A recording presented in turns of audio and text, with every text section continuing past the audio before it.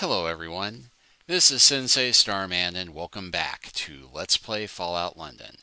Well, I just spent the past half an hour or so off camera trying to run around every single vendor around Piccadilly Circus, trying to sell off enough of my meager possessions to get myself to 2,500 caps. Well, I finally managed it just after finding this guy named Edgar who is selling Royd, which will get my strength boosted by 2, which is what I need to make the check to bully Druid into giving me the locket back. I am taking that option. But here's the funny part. I probably got more than enough goods up on my person now to make that money, because here's where it gets wacky. In all the running around, I decided, well, let me try and hit one of the underground stations.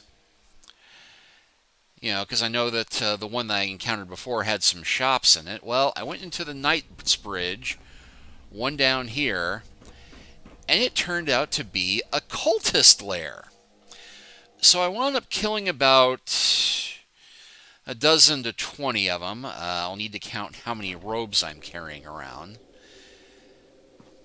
Wasn't too difficult a fight, but here's the wacky part.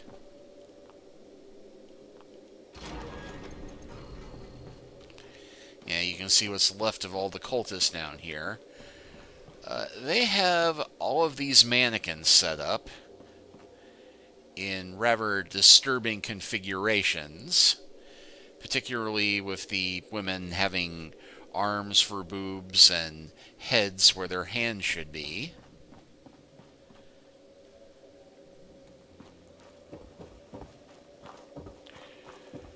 But if we go further into this place,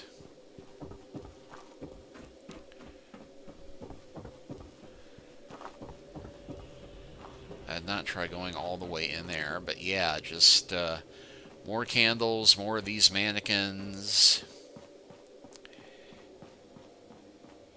Fight your way upstairs and into a cavern before a rather creepy altar, and then we find a computer for the cultist leader. All hail the mannequin. An invitation to belonging and eccentricity. Dear no one who reads this, as I sit here pondering life's eccentricities and the inevitable solitude of genius, I find myself contemplating a rather unconventional idea, the formation of a cult. Now, before you raise your eyebrows or call the authorities, hear me out. You see, being the exceptionally intelligent, delightfully odd person I am, finding like-minded individuals in this mundane world can be quite the challenge. While others engage in trivial small talk about the weather, what's on the telly, my mind is buzzing with quantum theories and the meaning of existence. So why not gather a merry band of misfits under the guise of a cult? Picture it. Robes embroidered with mathematical equations, rituals involving debates on the nature of time, and potluck dinners featuring dishes inspired by our favorite scientific principles. It's the perfect blend of intellect and absurdity. Sure, we may raise a few eyebrows and possibly a cult awareness hotline call to Vigentry or two, but think of the friendships we'll forge. No longer will we feel like misunderstood geniuses lost in a sea of mediocrity. Instead of a place where our quirks are celebrated, we're discussing the curvature of space-time over a cup of tea is the norm, and where wearing socks with sandals is not just accepted but encouraged. So, dear fellow thinkers and dreamers, if you're tired of feeling like a lone brainiac adrift in a sea of ordinary folk, join me in creating a cult of camaraderie, curiosity, and a dash of craziness. After all, who says enlightenment can't come with a side of laughter? Yours, intellectually and whimsically, will be Leslie Basil. So, setting up the cult. After procuring some stolen mannequins from King Herod's department store, we found them to be ideal conduits for our burgeoning cult. Adorned in ceremonial robes, the mannequins are meticulously arranged in a circular formation, invoking ancient rites and mystical energies.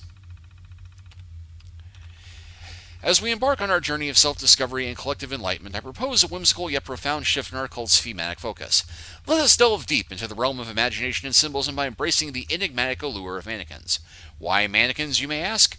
These silent figures of human form embody both the tangible and intangible aspects of our existence. They represent the vessels of our aspirations, the mirrors of our inner selves, and the embodiment of our shared eccentricities. So, my fellow cultists, let us embrace this metamorphosis with open minds and creative spirits. Together we shall weave narratives of wonder and enlightenment, with mannequins as our muse and companions on this extraordinary journey of self-discovery. May our cult evolve into a tapestry of eccentricity, intellect, and artistic expression, guided by the silent wisdom of our mannequin allies, in solidarity and imagination. Our rituals are now adorned with mannequin-inspired motifs, where we dress these stoic figures in symbolic attire that reflects our collective ethos and individual aspirations. These new plastic members of our cult help us to explore the art of expression through these blank canvases, infusing them with our stories, dreams, and fears. Our meetings shall be graced by the presence of these silent sentinels, positioned strategically to remind us of the beauty and simplicity and the complexity within stillness. Through our interactions with them, we shall uncover layers of meaning and introspection, transcending mere physical forms to connect with the deeper truth. How soon until they're screwing the mannequins? It is settled. Myself and my fellow cultists, we shall embrace this metamorphosis with open minds and creative spirits.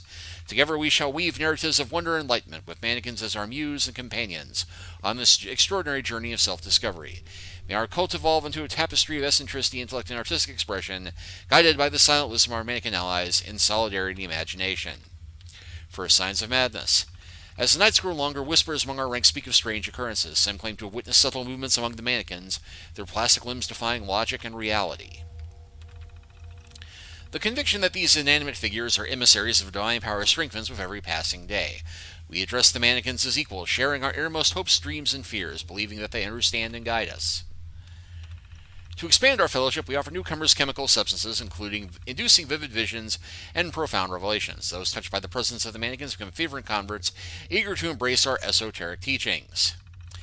Under the guise of divine madness, as the leader, I shall employ coercive measures, resorting to violence to ensure unwavering loyalty. Dissenters are marked as sacrificial offerings to appease the mannequin deities, instilling dread and submission within our ranks. Venturing amidst the haunting ruins of London, we adorn every crumbling edifice with silent sentinels, the mannequins. Their unblinking gaze seems to follow our every move, a testament to our dominion over this forsaken landscape, and a constant reminder of our descent into madness. Finally, mannequin story. The mannequins now embody our sole reality, transcending mere symbols to become deities of our twisted faith. We dress, pray, make offerings in their hollow gaze, reveling in the chaos of the fully realized cult, as our sanity surrenders to the abyss of our collective ideals. So yeah, they done gone plumb loco. Anyway, just thought I'd show that off to you. And one other thing I have not explored yet is that while wandering around Piccadilly Circus at night, I stumbled across a new quest with somebody telling me to talk to the used car salesman.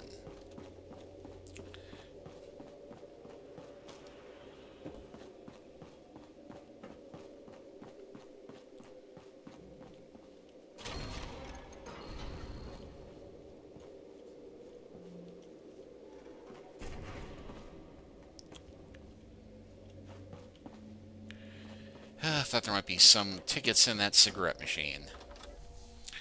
But anyway, with the weirdness of the Knightsbridge cult revealed, we can now get back to the task at hand, which is trying to get the locket back in a way that does not involve petty violence. Not that that is beneath me, but because I dislike resorting to it when pickpocketing is obviously a much more elegant solution, but because of the way that whole area is set up, you can't actually do it unless you probably maxed out your stealth and pickpocketing skills. And even then, I think it's got to be all but impossible.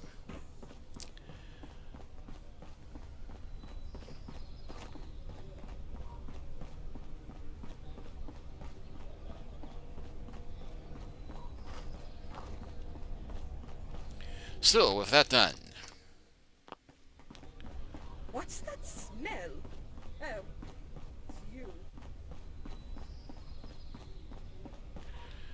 I can't wait to burn this whole burrow down to the ground.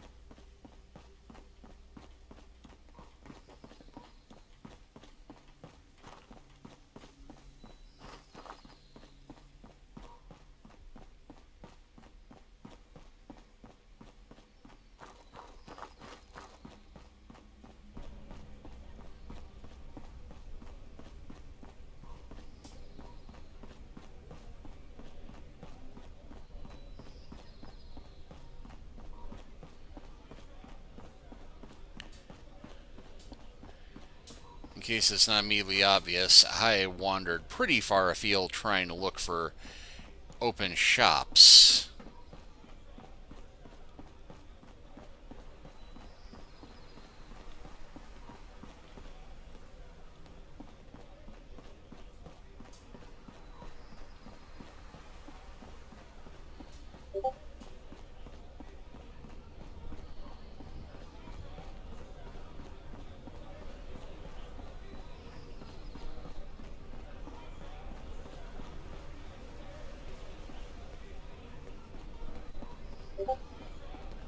I do hope Father is proud of me.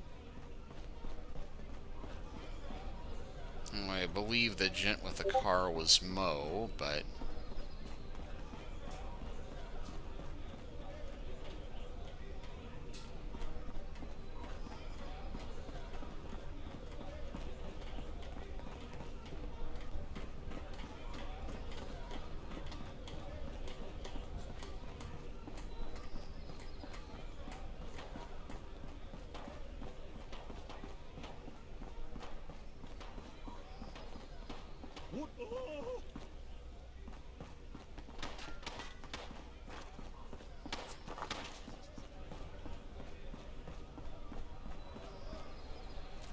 Looks like there's some kind of firefight going on here. Hostile drifter.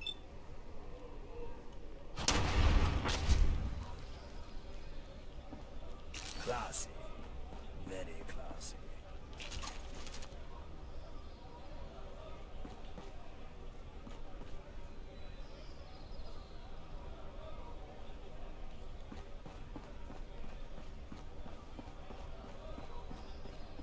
Oh, I live in fear knowing you people can reproduce. Hey, I'm the hero who just killed the drifter. Those terrorizing you all. You're welcome.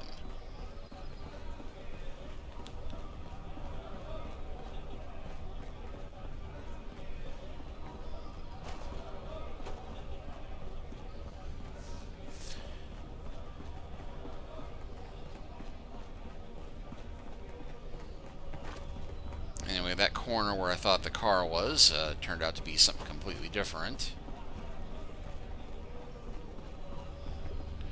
But we should have the quest to find it. Anyway. Oh, now he's in a place where he can be easily pickpocketed.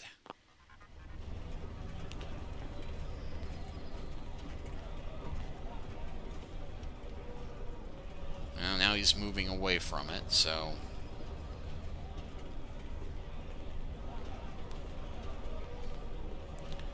heck, we come this far.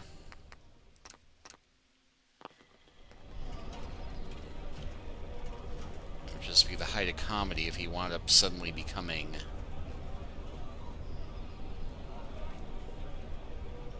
People have a neck. Alright, so just to make sure... I have my roid...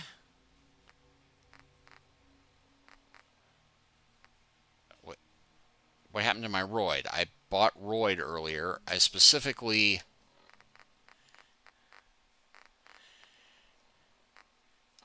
just bought roid, and now I've got radish. Negative attitude. That's what's stopping them.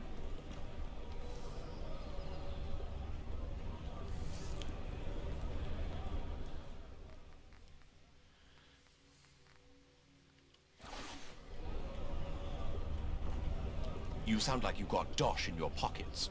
Ready to pay up? Well, I do have the money now, but... I bet. You better have 2,500 tickets when you do. Okay, well...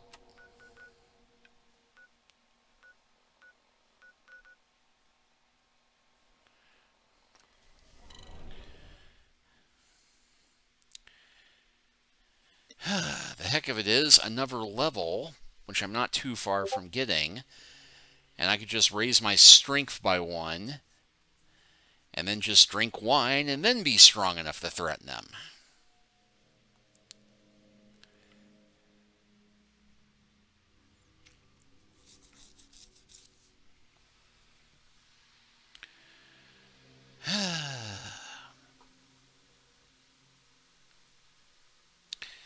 I'm not altogether sure that the fast travel is any faster than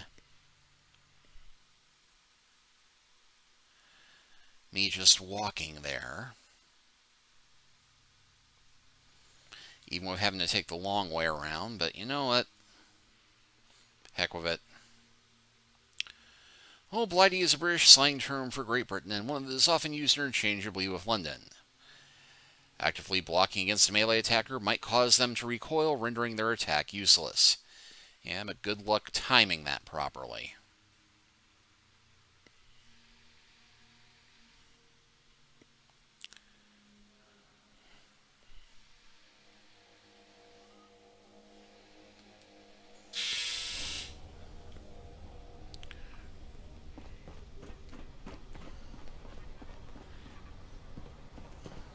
Looking for good deals? I thought I had a good one before. Take a look.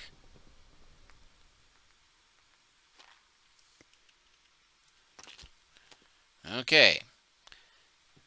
I've got my strength pills. See you later. Let me confirm once again. I do have my strength pill. So, with that done, back to Piccadilly Circus.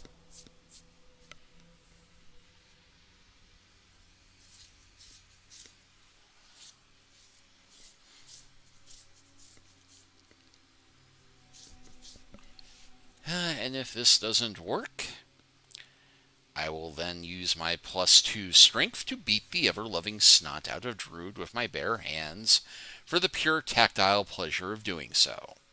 And your amusement of seeing how long it takes me to do that, and how long it takes the bobbies to beat me senseless afterward.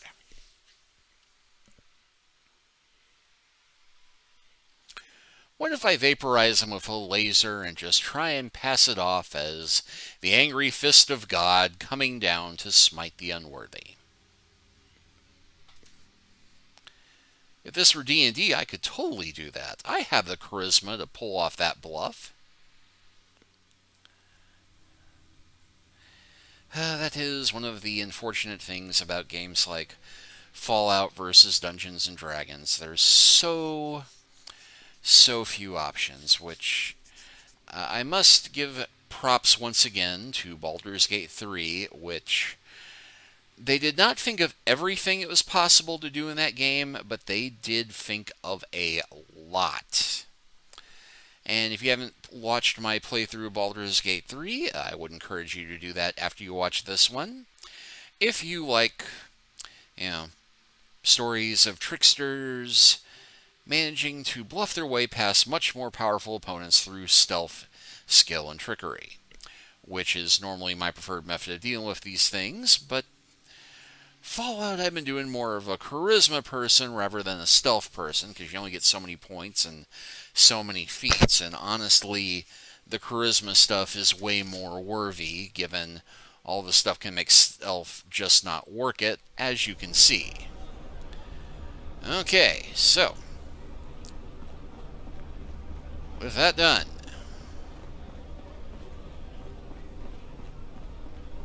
let me go ahead and save here. Oh no, he is... Maybe I'll visit outside the walls sometime. See how the other half live. And keeps giving me opportunities to make me think maybe I could actually pickpocket here. But then again, no. So, inventory here. Roid here.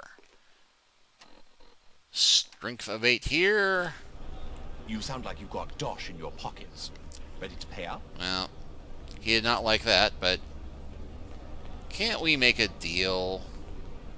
This ought to be good. All right, tell me why I shouldn't fleece you for all you got, mate. Give me that lock and I'll let you keep one of your fingers. Jesus. Of course. I'm sorry. Here, please take it. Just leave me alone, okay? Please. Life at the top is immensely satisfying. Tell me about it. All right. How can I be of service to you? about your to-do list. What of it? Here's your locket. Yes. That's it. That's my mother's locket. It looks exactly the same as the day I sold it. Thank you, my friend. If we were to stop right here and forget the rest of my list, I'd still be eternally grateful for what you've done. Now, for the next item on my list. Yes. I always fancied myself a bit of a philanthropist. Giving back is perhaps one of the most important things a man can do with their time on Earth. But... And ever since I heard about the Tommy expansion in Brixton... sorry. Yeah, we'll skip this because we have heard this before. Horrible to live in places without Okay, so with that accomplished, luxury. we will hie thee hence back to London, and then hie thee hence to Brixton. And given how long it usually takes for it to load, we're probably going to stop there. Because we know it is not going to be as simple as just digging a hole in the ground, don't we? Of course it won't be. When is it ever that easy? Particularly when I start finding ways to make it more difficult because I want to do the options that do not involve just lying or, lying to a companion, rather.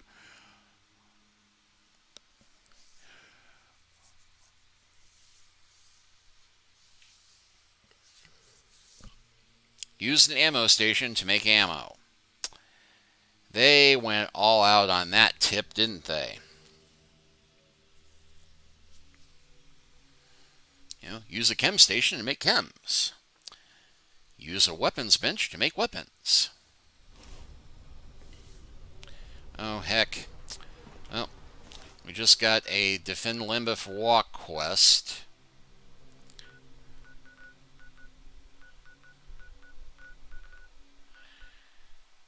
And it just hit me that we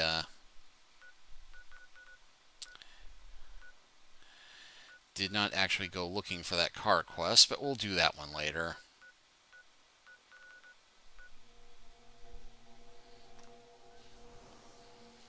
Okay, change in plans. We'll do Brixton next time. This time we will defend my most remote. Actually, I think the airport is probably the most remote, even though I got more people there, but this one outpost does seem to have become the most remote just because of the sheer dint of people trying to vend there, but not actually leaving.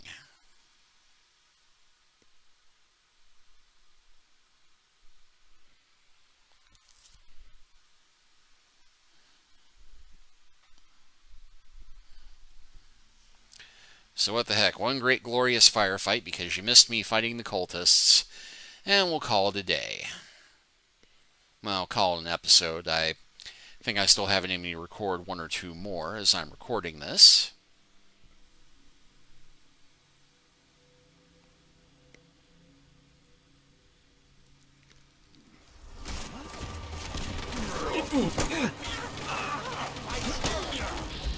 Ah, hooligan.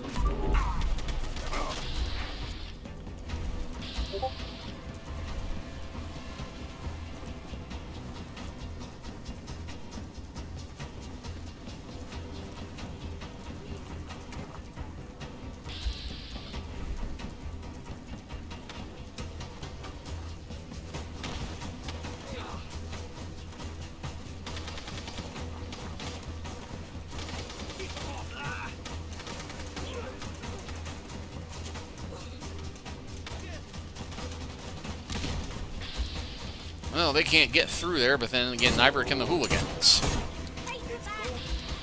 Legendary hooligan.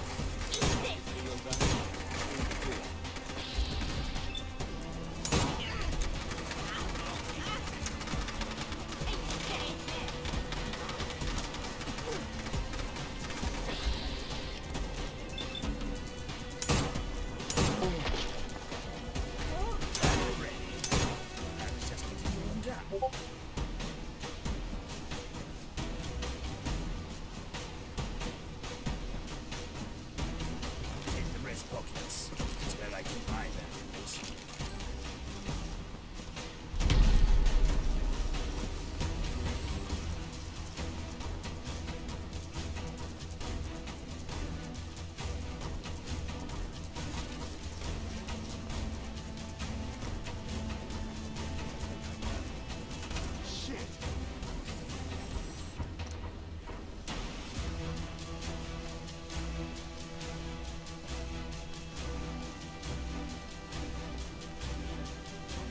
Whoever's hiding from us, stay there.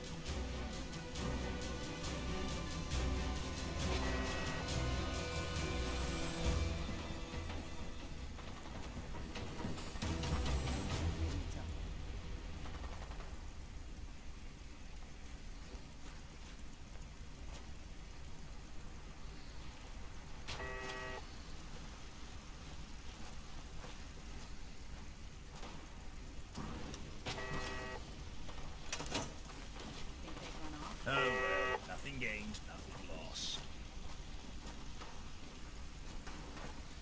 Yeah, it sounds like somebody's having a firefight out there, but not our problem.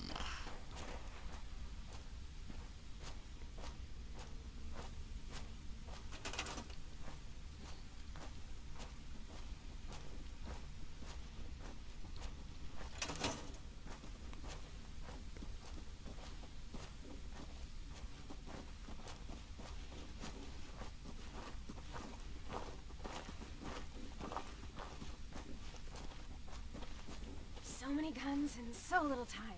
You just gotta buy them. What kind of stuff do you have? If it can chamber cock and spit out lead, then I sell it. I sell slashers and clobberers, but I've got a few minutes to browse. oh goody. Let's make mischief. My thing is, I think that she was one of the merchants in Fallout 4, if I remember correctly.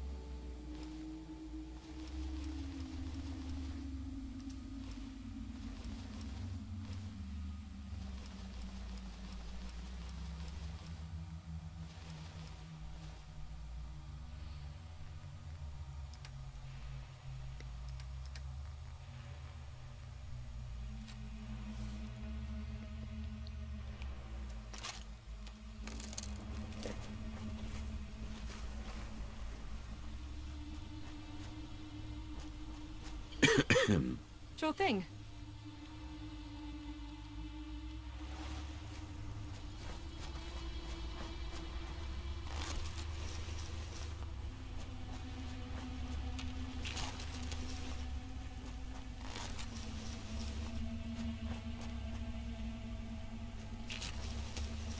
Well, we got a good bit of fertilizer for the crops now.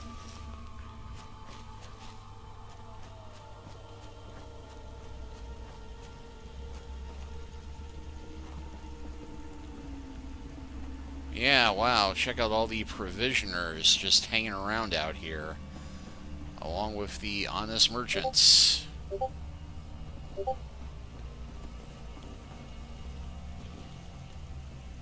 Hey, Lucas. Got the best armor in these parts.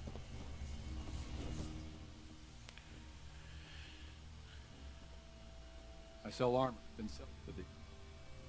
Sure. Let's take a look. What you see is what you get.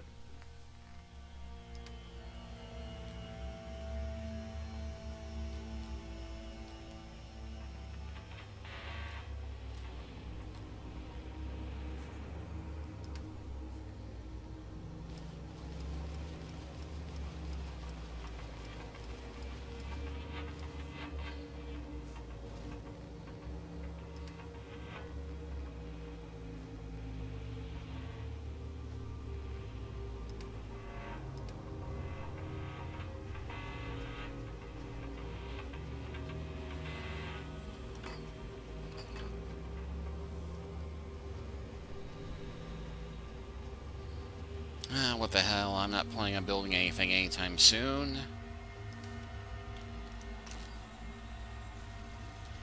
Alright. Well, with that done, I think we are ready to make the trip to Brixton, so we will go ahead and save here. Stop this chapter here, which leaves me with nothing to do but say thank you all for watching. Please like and subscribe if you haven't already. Leave a comment if you are so inclined. And we'll continue the adventure in Brixton next time. Take care until then.